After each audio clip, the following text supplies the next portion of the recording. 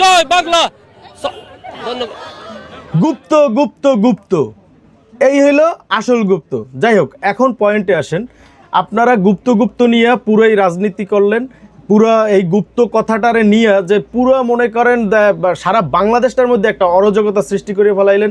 এই জায়গা লেখা, ওই জায়গা লেখা, ওই জায়গা লেখা, পুরো ট্রেন্ডিং গুপ্ত।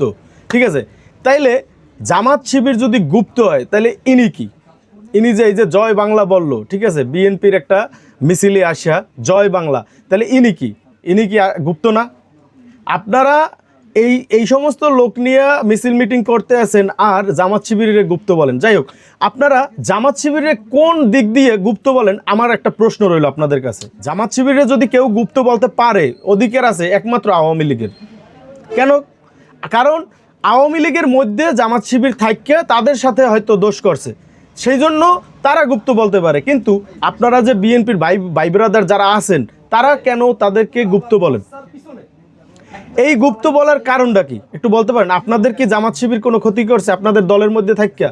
আপনাদের দলের সাথে তো তারা জোটেই ছিল, তাহলে গুপ্তটা হইল কি ভাই? আপনারা এই 17 বছর পর বা 16 বছর পরে আপনারা এখন ক্ষমতায় আসছেন, এখন যদি আপনাদের মধ্যে থাকিয়া তারা কিছু করতো তাইলে আপনারা গুপ্ত বলতে পারতেন। কিন্তু গুপ্ত বলতে পারে কিন্তু আওয়ামী লীগের মধ্যে 16-17 বছর তারা মিলেমিশে তাদেরকে অনেক ক্ষতি করছে বা তাদের মধ্যে বিচরণ করছে, তারা গুপ্ত বলতে পারে। কিন্তু আপনারা কোন হিসেবে গুপ্ত বলেন আমার মাথায় আসে না ভাই। এই সমস্ত মব কালচার আসলে কবে যাইবে জানি না। আমি এর ভিতরে দেখলাম যে স্বরাষ্ট্রমন্ত্রী একটা সংবাদ সম্মেলনে বলল যে বাংলাদেশে কোনো মব কালচার হবে না, কিন্তু আপনারা নিজেরাই কিন্তু সেই মব কালচার করতেছেন, আমরা দেখতেছি। আমি এখন এই কথা বলতেছি এই জন্য আপনারা অনেক ভাই ব্রাদার আইসা আমার কমেন্ট বক্সে পুরো আমার গালাগালিও করতে পারেন, অনেক কিছু বলতে পারেন, কিন্তু ভাই কথা কিন্তু সত্যি। আপনাদের এই যে যারা শহীদ জিয়ার আদর্শ এবং বেগম জিয়ার আদর্শের বিএনপি রাজনীতি করে, তারাও বর্তমানে এই সমস্ত কালচার পছন্দ করে না, আপনারা জানেন।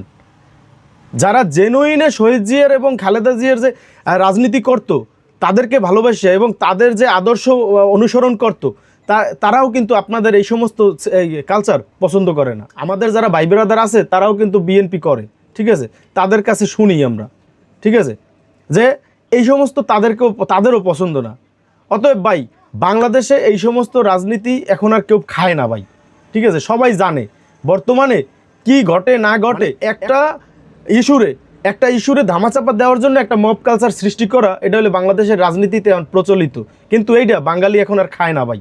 এইসব রাজনীতিতে বাইরেই সঠিক একটা রাজনীতি করেন, জনতার রাজনীতি করেন। জনগণের ভালোবাসা কেমনে পাইবেন সেইটা চিন্তা করেন। সারা দেশে কী রকমের উন্নয়নের বন্যা বয়ে দেবেন সেটা চিন্তা করেন। দেশটারে বিক্রি না করিয়া, ভারতের দালালি না করিয়া দেশের দালালি করেন, কাজে লাগবে। আর যারা এই সমস্ত মব কালচার সৃষ্টি করে বা এই সমস্ত নোংরা রাজনীতি করে, তাদেরকে সাপোর্ট করিয়েন না ভাই। দেশের যদি ভালোবাসে থাকেন তাহলে দেশের পক্ষেই কথা বলেন।